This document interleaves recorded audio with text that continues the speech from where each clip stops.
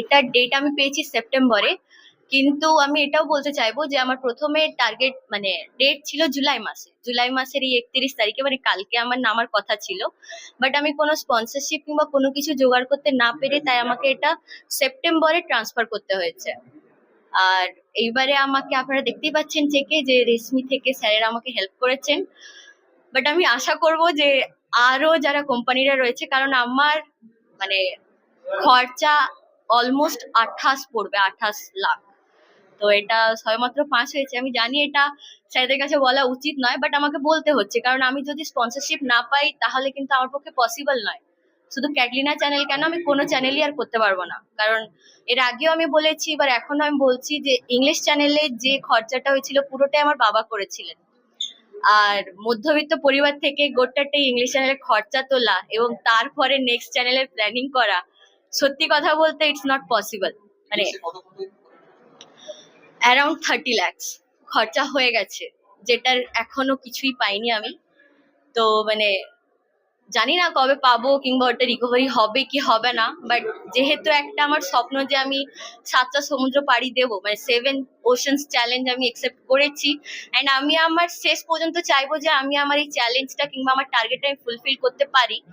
But সত্যি কথা বলতে আপনাদের মানে আপনারা সবাই যদি আমাকে হেল্প না করেন তাহলে আমাকে ইংলিশ চ্যানেলে কিংবা ক্যাটরিনা চ্যানেলের পরেই হয়তো দাঁড়িয়ে যেতে হবে। আচ্ছা, ইংলিশ চ্যানেলের চেয়ে ক্যাটরিনা চ্যানেলটা কতটা আরো চ্যালেঞ্জিং? ইংলিশ চ্যানেলে মানে পুরোটাই ছিল যে আমাকে রাত্রে স্টার্ট করতে হয়েছিল, যেরকম ভোর 3:30টার সময়, দেন আমি ওটা সারা দিন সুইমিং করেছিলাম।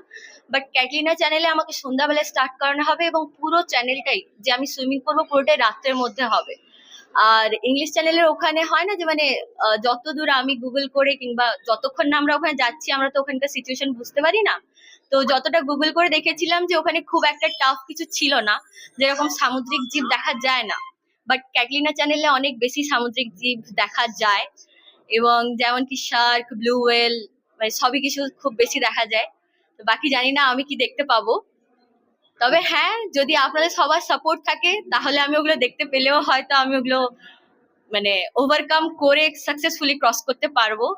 আর রেশমির মতো যদি অন্যান্য কোম্পানিরা আমাকে হেল্প না করে, আমি আবারও বলতে আমার কোনো অসুবিধা নেই যে কোনো চ্যানেলই আমার পক্ষে আর পসিবল নয়। আপনি এই ডিসটেন্সটা কতটা হবে? খাতায় কলমে 34 কিলোমিটার।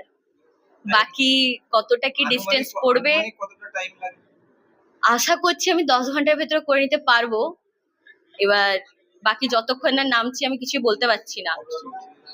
আর পক স্ট্রিটে যেরকম আমাকে যেহেতু রোটারি আই হসপিটাল ওনারা হেল্প করেছিলেন তাই ওটা পসিবল হয়েছিল।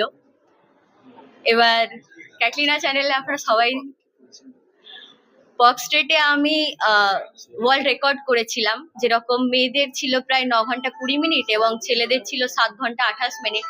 তো দুটোকে আমি ব্রেক করে ওয়ার্ল্ড রেকর্ড নতুন করি যে 7 ঘন্টা 5 মিনিট আমি পুরোটা কমপ্লিট করেছিলাম।